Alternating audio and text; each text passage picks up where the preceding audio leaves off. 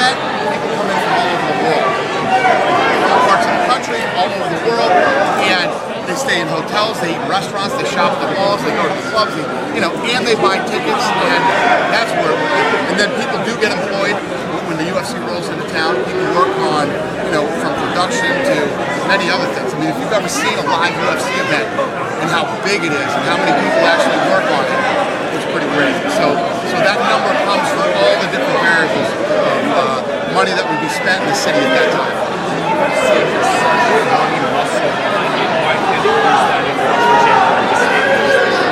When I tell you we've spent money and we've used some muscle, it's just a testament to how powerful one man can be in a state, which is crazy. I mean, is that democracy?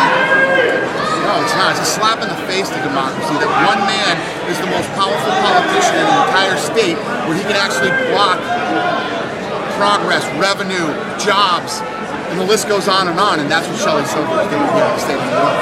How much money? It is blatant. It's a blatant, like he doesn't give a, he could care less. It's so blatant, and the things that are surrounding him right now, you know what I mean, just show the power and the complete arrogance.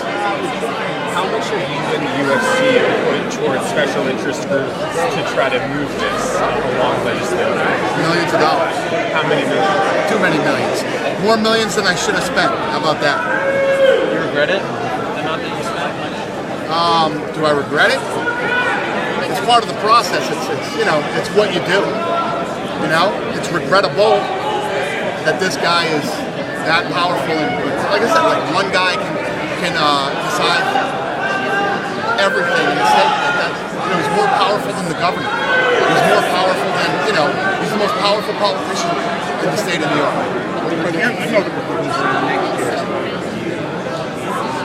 Well, let me tell you this. I've been very nice to Shelley Silver. I've kept my mouth shut.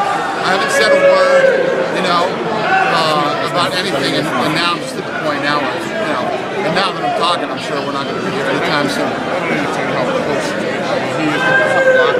Yeah. Not even allowed to go to the floor. Yeah, well, we made all the votes to get to the floor, and he won't allow it to go. Knowing how close, he's the one guy, knowing how close it is, do you still, despite all of him being hurt, remain positive that it will happen? When he's gone, probably not time. Everybody knows it. All the media here in New York knows it. Everybody knows it. Does he care? I don't think so. I don't know. Maybe we will. What's up? You know what? There's a whole other piece of the UFC that handles that.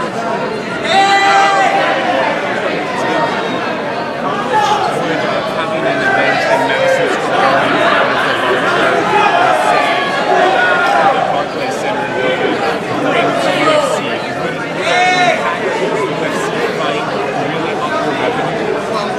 It's not really about that. I mean, we've done and continue to do events in all the biggest venues in the world.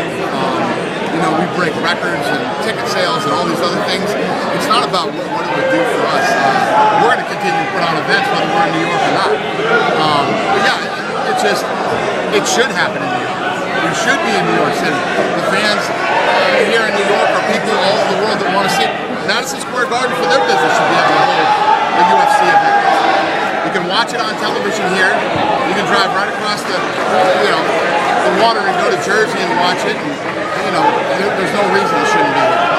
One key to the system is that there's online betting that makes it possible for people not to go to the actual venue just to weigh in on certain fights. Do you think that's going to adversely affect revenue and most What's the question? If people can bet online on certain fights. People can bet online on football, baseball, basketball, cockroach races, and every other thing. I mean, you can bet on anything online. It's no different than any other sport. It wouldn't affect us one way or the other. Yeah. Are you saying that people, because they can bet online, they wouldn't come see the fights live? Not necessarily. I'm asking. Sir, that is the craziest question anybody could ever ask. That makes absolutely no sense. Edit that one. All right. So when you talk about the UFC's influence on martial arts and popular culture, like the way stunts are being done in movies now, the way fight scenes are now, the things that UFC has out, has the fact that the movies are all coming out for UFC people, and you know, it's funny, man. Ariel asked me earlier, and the guy asked me here today.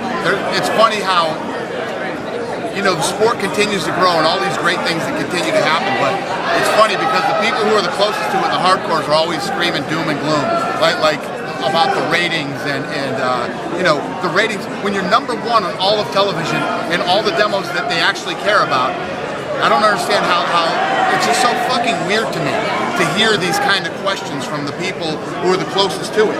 And when you start to see, you know, Hollywood and all these other mainstream, whether it's sponsors, Hollywood, or whoever else it might be, going after the athletes that are in the UFC, from Nike to now, you know, Reebok and Under Armour and all these other guys that are interested now in getting into this business. And the fact that Fox is in a long-time deal, they continue to grow. They're launching a fucking network with the UFC that everything is negative and doom and gloom. It's like it's the weirdest. Yeah. The internet has so much control and power over media and what is it's fucking mind-boggling to me. How can we better cover a sport that shows sort of the beauty of the athletes, all the great things that are going on? I mean, it happens anyway. It already does. I think that, you know, I just think that, you know, the media, all the media is so controlled, and I don't even know if I want to say it's controlled, but it's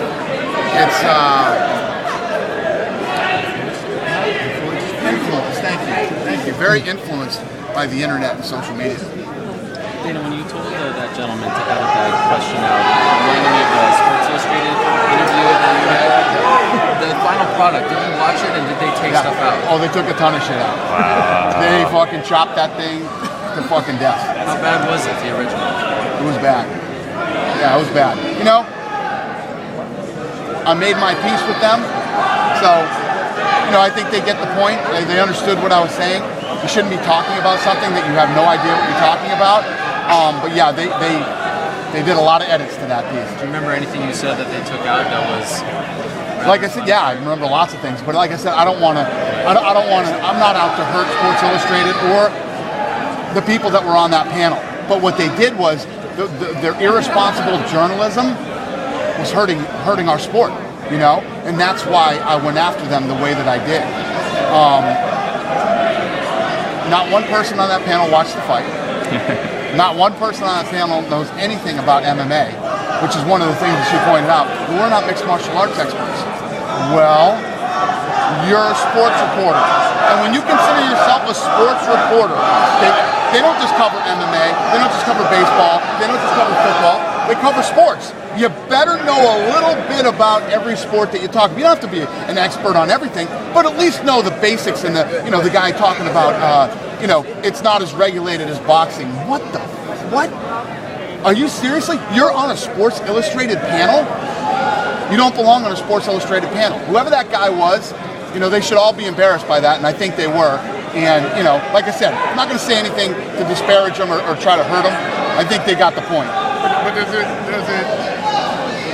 make the situation worse because they have reporters at Sports Illustrated who cover the sport? How about they could have picked up the phone? How about they could have picked up the phone and said, "Oh, we're in the crunch here. We need to know about this fight," and they could have called any of their experts and got a fucking 2-minute download on what really happened and went on.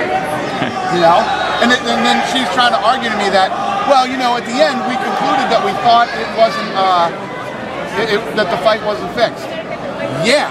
With a ton of fucking shit that wasn't true, no facts whatsoever, and the shit that you did act like you didn't know was actually wrong. Do you think that people can formulate opinions and just talk about fighting more than they can talk about other sports? Because fighting. Yeah, but the hard part is now it's like I love that you can have this one-on-one with the fans and social media and how fast information travels. But now it's like the fucking Wild Wild West. Anybody can jump in and start reporting and say whatever they want. And, you know, it's a little frustrating sometimes, but I'm used to it, man. I've been in this internet world now for, 13 years. But it's a whole nother level when you're sitting there watching Sports Illustrated do it. You counter that a lot? You counter questions about fight fixing? It seemed like at the beginning people would compare it to WWE, but lately, this has been the first time in a while, right, that this has come up? So let's talk about fight fixing. Let's really talk about what fight fixing means and what it would, and why you would do it, right? To fix a fight, what would be the purpose? Either you're going to bet money. Somebody's going to lay down some money, and usually if you do something like that, the odds are huge. You got a guy who's 10, 12, 15, 30 to 1, right? And somebody would go make a bet or whatever. This is a huge business. I'm not fucking betting on, you know what I mean? Why would we fix the fight? What would be the purpose of fixing an Anderson Silva fight? The guy's on the longest run ever. He's the greatest fighter. Okay, so let's play devil's advocate. Ooh, he loses. He got the biggest rematch ever and all this other shit. If it ever came out that you fixed a fight, it destroys all the fucking credibility and everything that you've built for the last 13 years. And no matter how much money you make on that second fight, now your business is ruined forever. And so is your credibility. It makes no fucking sense. It's the same thing when people say, they paid TJ Grant to fake an injury, or they did this or did that. Dude, I can't, I'm more upfront and honest with the media about everything that goes on than most of the fighters are. Most of the fighters don't want shit being put out into the open, the stuff that I put out into the open. We're a pretty open book here, and fight fixing is just the stupidest thing you could ever say. For the record, I don't think that, obviously I think it's the most ludicrous thing in the world, but I think a lot of people thought Anderson could have fixed it, because you know how that goes. You could bet against, you know what I mean? You can bet against himself at 2 to 1?